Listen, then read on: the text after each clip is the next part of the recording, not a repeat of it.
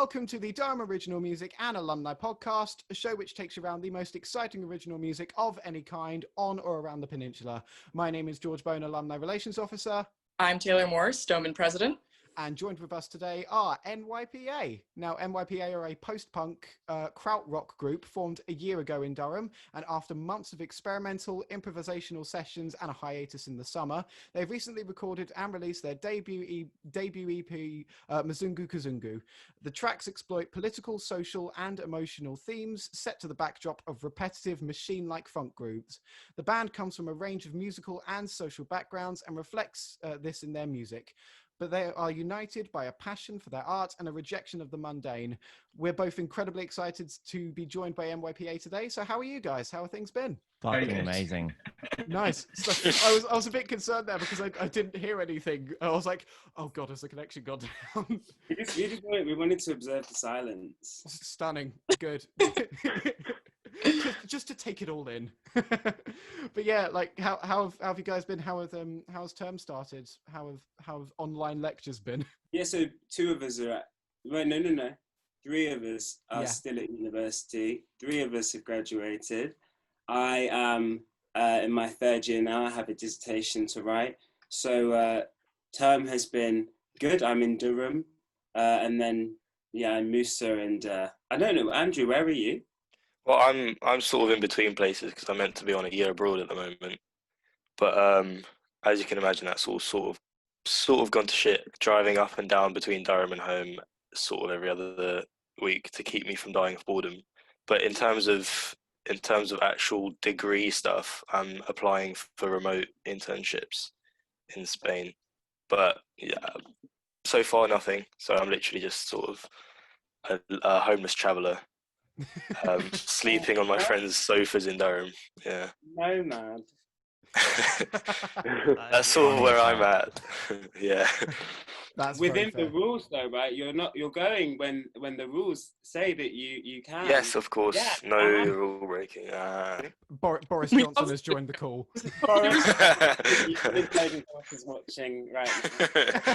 Yes, the far-reaching podcast of the Durham Original Music and Alumni Podcast reaches as far as the Houses of Parliament. We love to think so. I'm there right now. Yeah, they're listening to us, just all of them. So, as we talked about sort of how the start of term has been, and as you said, not all of you are living in the immediate area together. Some of you are living, like you say, in London. Some of you are up in Durham. Some of you are across the country. So I know from previous discussions that we've had, sort of, it's been the case of you've worked together as well as you can, and you're happy with what you've got. But I know that things are kind of tough at the moment musically, for you to get together and do anything else. So, as we said before, is there a fear that like every time you meet with each other, you have to be productive because the time that you spend with each other is so short? Well, yeah, I would say that there is a pressure that we have to get things done, but to be honest, that's probably quite healthy for us. Like in a lot of our early practice sessions, we were just kind of playing the same song for like 20 minutes. And then this kind of mentality of we need to pump it out probably makes us do our best stuff. With the EP, like some of the songs we did in one take and we hadn't seen each other for like 6 months. But like the song that we did in one take is probably one of our best songs. So weirdly, all the vocals were recorded in one take. Yeah, true. Mm-hmm. I think I would slightly. Sam just drops that in the conversation. Yeah, I would. Subtle flex. No, I would disagree slightly with that perspective, just on the basis that I feel that the kind of music that we like to do and our style is, and how we like rehearse and whatever, there are no decisions made before. It's just something which kind of like occurs. So each time like we rehearse or we plan our songs or we play our songs, it's always quite different. I think that's probably the most enjoyable element of the rehearsal or creative process or whatever, because it can always like change, I think. So in terms of meeting up, we've only ever met up to like rehearse, but we've not done that many times. I think that's really impressive, to be honest with you, because that means that, you know, when you guys do get around to performing live, each performance will be special and unique in its own way. Yeah. It'll know, no crowd will experience the same version of yourselves without, you know, too much deviating from the original messages and stuff. I would say like the night before, we did like one gig before the lockdown happened in March. And like we were rehearsing the night before because we were all like, shit, we actually need to sort of make these into songs, because we had like 5 20-minute jams, which was sick, but we needed to like plan what we were going to do. And instead of rehearsing that, we just came up with an even better song and then just opened the set list with that, so that's kind of our style. I really like that. That's, I think, what drew Doman to you so much. I mean, James and I were really impressed at your audition. I think it's because we felt like we had just gotten like a very exclusive like look at, you know, a band that we may not ever, you know, see again in that particular context. That makes any sense. Like no one else would have gotten the experience that we got in that room in that moment. So I kind of like to hear that, you know. You make it sound like a peep show or something. Trying to get I think what's really good about that on a personal level is I'm lazy. I don't have like time and energy to put into music in such a disciplined way. You know, I'm not a concert pianist or whatever. And I think actually like in fact, it's different from my perspective. I think actually not having any kind of rules means that it's just like purely a form of like expression, and it doesn't mean like, because I used to do like acoustic covers in my college in like first year, and I always forget songs because I'm lazy. So I think with this it's quite good because we can just kind of do whatever really. It felt always that like the objective was just to get together and play some good music. There was never like any element of making sure that this is, you know, what listeners would most want or anything. So it's almost guaranteed success that when we would come together, we would always just produce something that we'd enjoy, you know? We never heard each other until we recorded it. I don't think that none of any of them knew what I was singing until we actually heard it recorded. Yeah. So it just sort of really sort of came naturally to you because it was just the case of like you were just creating music not necessarily to appease someone or sort of necessarily get it perfect, but it was just a need to create music. It was just fun. Yeah. I think Dylan's the exception to this actually. I think apart from the bass, and when Xavier plays bass as well, I think that he's the exception. We all care what the bass is, what's happening with the bass. I just think like this is what happens when you put 6 incredibly talented people in a room. You just create fucking good music. All right. On a talk that we had before, you sort of described yourself as an avant-garde post-punk band. But in, like, as I say, in discussions that we've had before, you describe that as more influences rather than sound. Could you go into a discussion more in that and what these particular sort of influences are for you? For me personally, like I said, I'm really inspired by the Harlem Renaissance. I like the idea of taking like the traditional art, the idea of art, and making it like unorthodox. In fact, it makes me think of like Grace Jones, someone who has the ability to be incredibly elegant, but turns that like on its head. And also the fact that avant-garde and post-punk are two very broad terms to describe a wide range of, you know, things. So for example, like I really like the blues jazz singer Screaming Jay Hawkins, and I would say he's like avant-garde, even though that term didn't really exist when he was making music. So I think it's a very broad term, and it's, as you say, it's like an influence, but also like a bit of like an aspiration as well. And just to add to that, I think that because of my own performance style, I would say it's avant-garde, because that, like, what that means is a bit wacky, a bit bizarre, and, you know, kind of undefinable, I would say. Yeah, I think the post-punk is like that's what brought us together at the start, like our common interest, and then the avant-garde is like the melting pot of all our individual like tastes. Like for me, I like disco and like rhythmic guitar, so that's kind of what I was trying to do. But yeah, I think it's the combination that makes it a bit odd. That makes sense. So you could say in that sense that sort of all of the layers that are that make up an individual song for you are all of your influences just sort of sort of on top of each other, so it just creates this sort of A smorgasbord. yeah, yeah. I didn't want to say smorgasbord, but I was like, I'm glad someone else has said it first. But like, so it, as you say, it creates sort of like a layered like smorgasbord of different ideas, of different sort of influences that you all have an individual voice in, but work collectively together to sort of harness. Yeah, I think so. Yeah. We Nice. don't dictate each other though, No. Yeah. at all. So It's you're- like a fully consenting creative orgy. Like we're just feeding off each other. I was just gonna say, we've heard some of Sam's like influences in terms of like Grace Jones and everything. So are there other sort of artistic influences kind of in the realm of post-punk that everyone else shares? Yeah, Yeah, Noi. Can the krautrock band, Noi, yeah. And I think The Fall from Manchester, and a lot of Gang of Four probably. Very cool. I think King Tubby as well. It's a big influence on me. Yeah. I don't think we've even spoken to each other about like what, you know, our influences are. I mean, our group chat is just full of just like everyone sharing what music they're into, but I think everyone just plays what they, you know, what they bring. That's what it is. Can I call out Andrew actually? Because Andrew probably has the most different like taste in music, but I think like the way he goes about percussion is to me reminds me of a lot of like kind of old school like and hip hop and stuff. And I think actually we don't really speak about this, but I think his sort of style of music, and he's a producer as well, which is production as well. I think that's quite a niche aspect of our music, which isn't really found in like krautrock or post punk.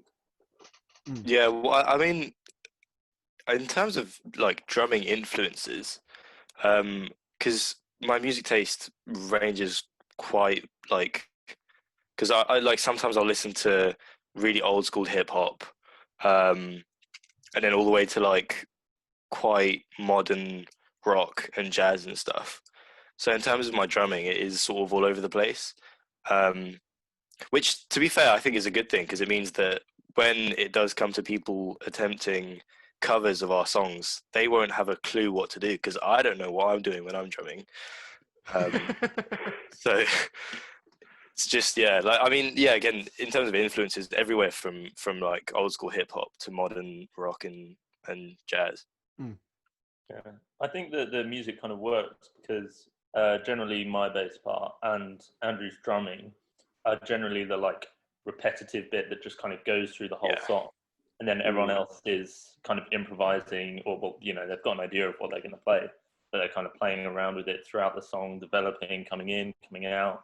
But it's me and Andrew that are just kind of going at it the whole song. Xavier's the most versatile. Xavier like can do anything, which is really helpful. I haven't played the triangle yet. I still want to get that in. Where's the clarinet? I brought the clarinet and you didn't let me use it. No, I didn't stop you from using it. Yeah, it just didn't happen. You kept that clarinet quiet. Yeah, we actually at one point, because I think Tom can play clarinet as well, so we were going to do like a clarinet ensemble. But then we decided avant-garde post-punk was like more our kind of jam. Yeah. I can't play the triangle. Really, I tried. You can't play the triangle? It's I can't really play. It's really difficult. Yeah. Play the megaphone. I think the triangle specifically. They're like obviously you can hit the triangle in like different places, and it may create a different timbre, and you can hold it differently. But there is a certain level of performance element to the triangle that you don't necessarily need to put in with like a violin. So, for example, there was the Florida Symphony Orchestra a few years ago had someone coming out from, I can't remember the middle of a symphony. He came out doing a triangle solo, and was giving it like his absolute all, as in just sort of like rocking out as if like the triangle was his like electric guitar solo, and this is what he went through like music school to do. This was his moment.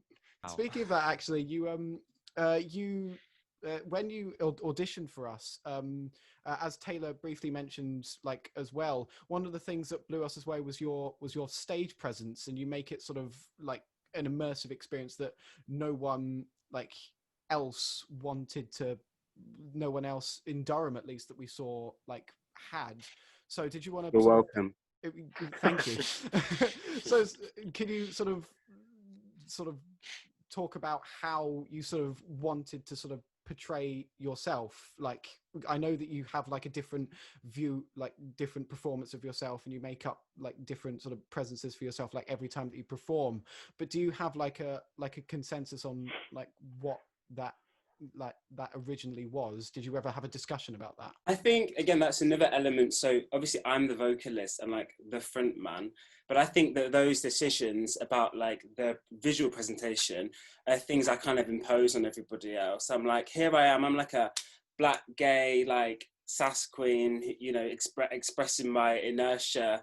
You know, I don't really think that's a decision which we all necessarily agreed on. I mean, because for me, like when we did our one performance and I was in like a little crop top and I had my pink megaphone and like I love movement and dance and I love like the sort of performative sort of element, but it's I like have my, you know how Beyonce has like Sasha Fitz, I have this like alter ego that I call Barnsworth that exists like in my dreams, that express that it's like what I use in order to express like kind of different You're emotions. such a fucking artist, Sam. Look at you. I'm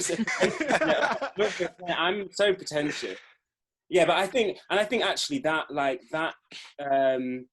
that's also present within the lyrics as well. But I think it's something which kind of sits on top of like all the music. Because what we decided very early on was that it's going to be like the vocals will just be like another instrument, like sort of layered on top. Although that didn't really happen when we recorded the EP. It was very much like it occurred quite differently. And I think that, as I say, I'm really inspired by Grace Jones.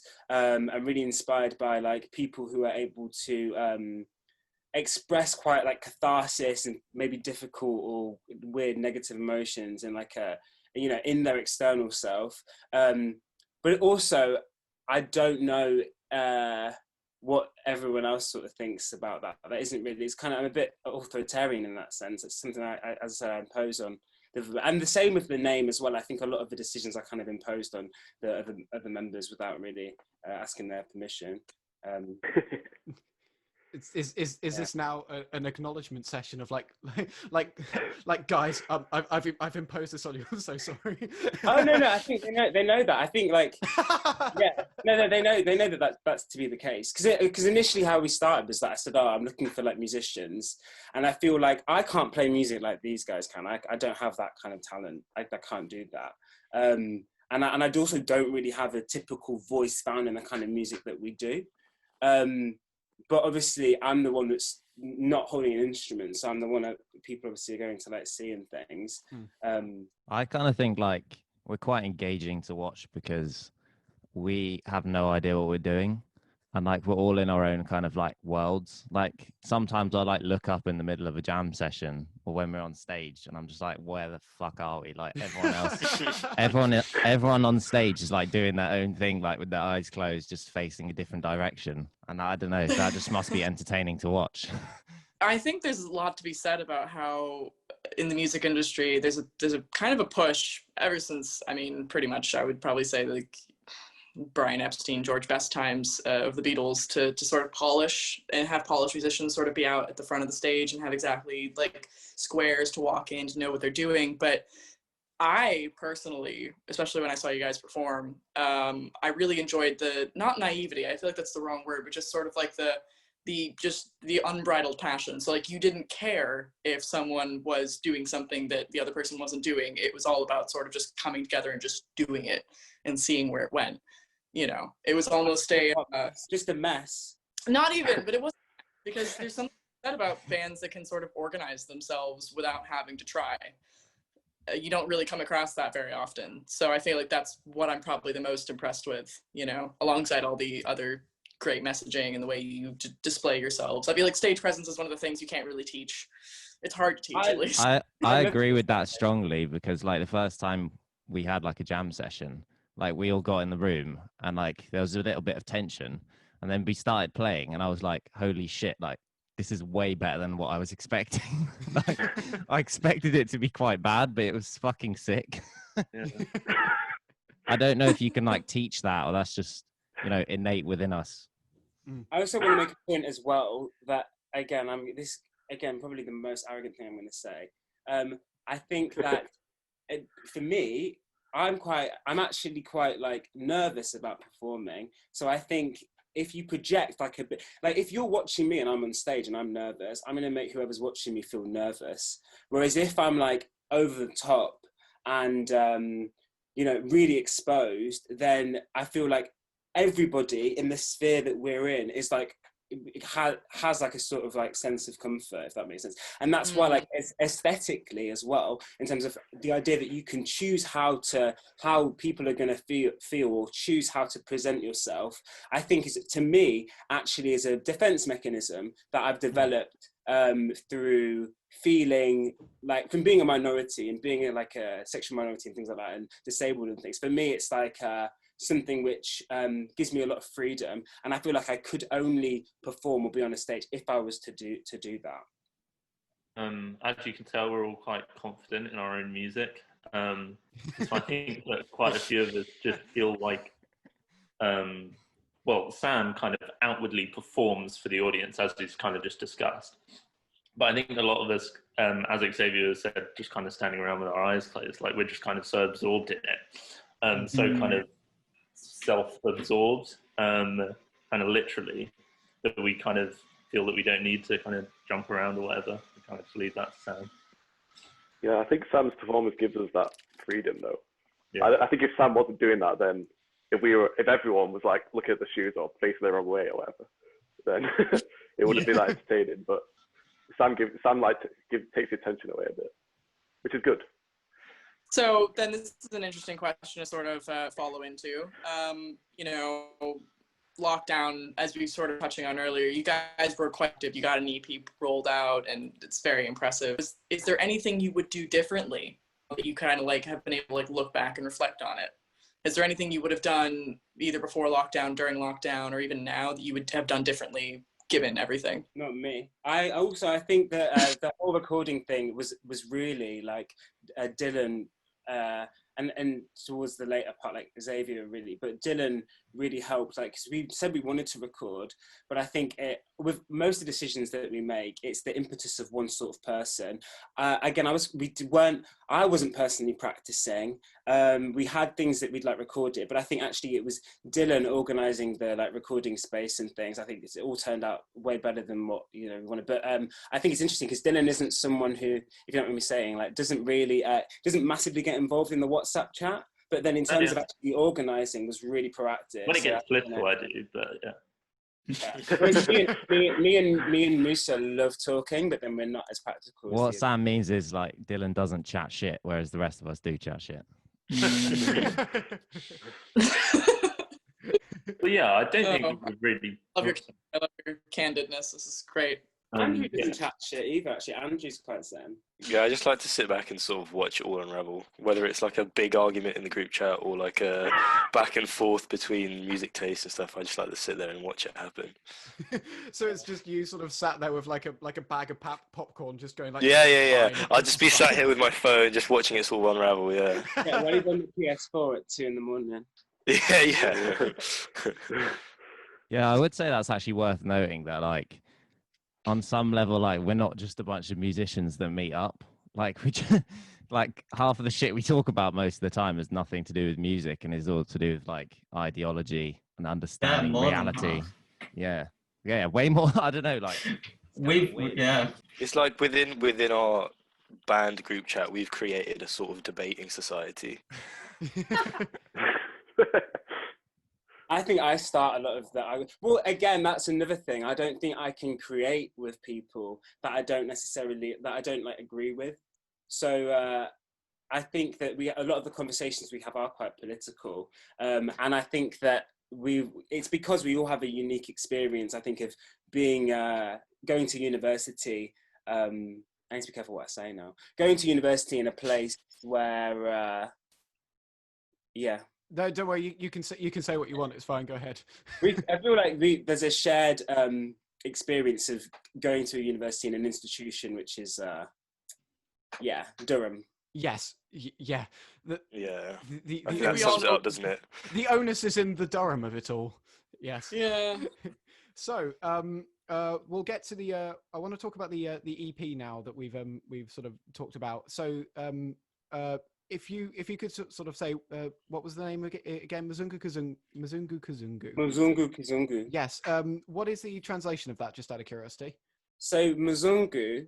So actually, can I tell a little story first? Yeah, sure. Go ahead. Yeah. So last year, my partner was in Cuba and I was really jealous and I was like, I want to go abroad. So I Googled where's good in Africa and then Rwanda came up. So I was like, oh, Rwanda's really cheap. Went to Rwanda by myself and was there for like 10 days. Then like white people in Rwanda are called Mzungu, which is a Swahili word, which means like white man, basically, or foreigner.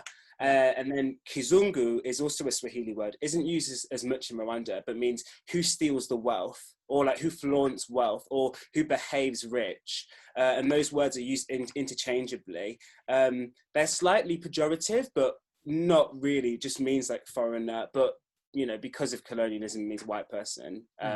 And so initially that was the band name because I like the idea of coding political messages, like the whole in stuff that isn't so obvious, like if you know type of thing, which also is quite similar to like our actual name of the band. And so we weren't sure what we should call the EP, and I said, oh, let's actually call it what the original sort of band name was. And so yeah, we all decided on that. And then the art as well, to speak on the art, I just got an artist to do the art piece, and I was like, yeah, can you draw like a black elf princess smoking a cigarette, like floating around, please?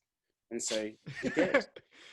So it was sort of circular creativity then. The name inspired the art, which then inspired the creativity itself. Yeah. It's an expression of 21st century post-colonial melancholia. Who did you produce the EP with? That was with Neil Comstock or Comstock. He's at the Rocking Horse Studios in Durham. It's kind of like near the train station ish. Yes, yeah. He's a great guy. He knows what he's doing.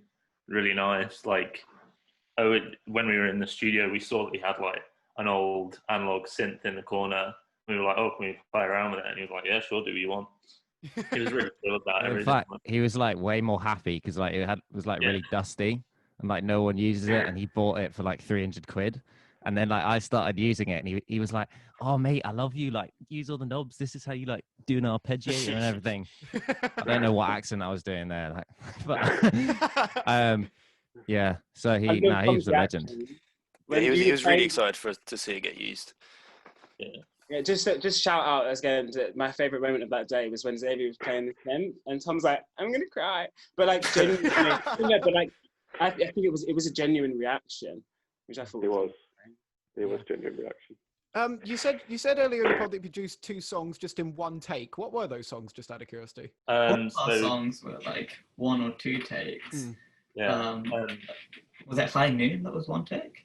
Yeah, High Noon was 1 take, and then I think Guilo was 3, and then the others were 2 takes. And then, as Sam said, the vocals were all in 1 take. Yeah. I actually was. This is how like ignorant I am, but I had no idea I had to like actually record the vocals like by myself in a room by myself. So it was just a new experience, being like, okay, you're watching the band perform, and then you're performing on top of them. But then I had to sing over the recording. Oh. Like, what? I didn't. What?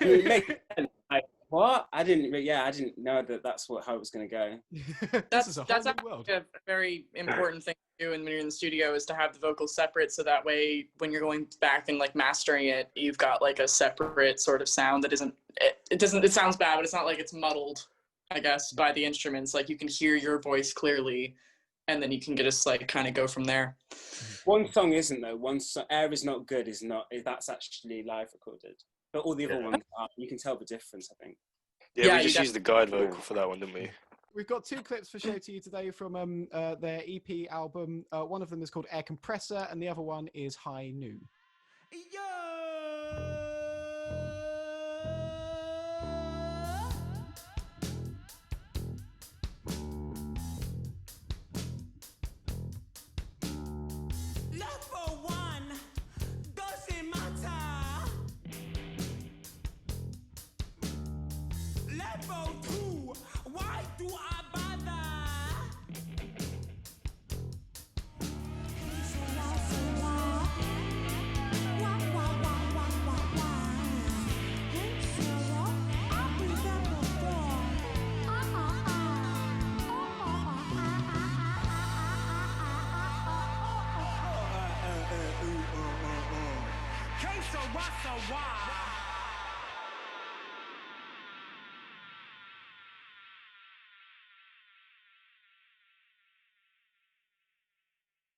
You can catch up with those songs on their debut album, Mzungu Kizungu, on all good streaming services from now. The link is in the description of the YouTube video. NYPA, thank you so much for joining us today. It's been a blast.